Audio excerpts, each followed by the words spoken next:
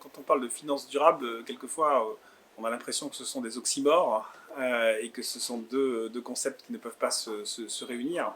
Mais aujourd'hui, de plus en plus, ce sont des concepts qui ont du sens à être mis l'un avec l'autre, parce que l'économie est en train de bouger considérablement et que donc analyser les enjeux environnementaux et sociaux, c'est une façon de comprendre aujourd'hui la transition qui est en œuvre et de comprendre l'évolution des entreprises. C'est une grille d'analyse qui est extrêmement puissante pour être un bon investisseur.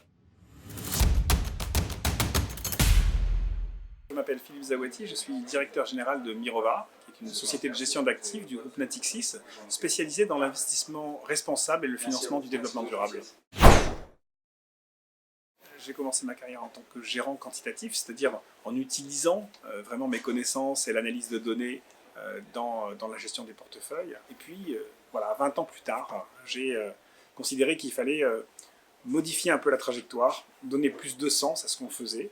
La crise financière de 2007-2008 a été un moment clé, un moment majeur de prise de conscience, que finalement, on ne pouvait pas considérer que l'utilisation de modèles mathématiques aboutissait forcément à un optimum et à une solution efficace et efficiente, qu'il fallait une combinaison en quelque sorte entre ces modèles et les objectifs, le sens que l'on veut donner à nos métiers.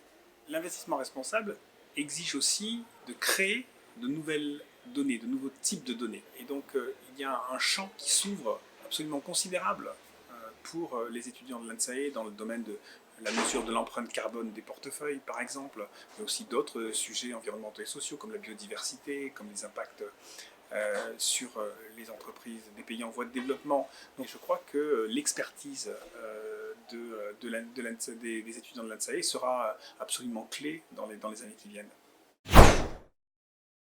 Paris est aujourd'hui au cœur de cet écosystème de la finance verte.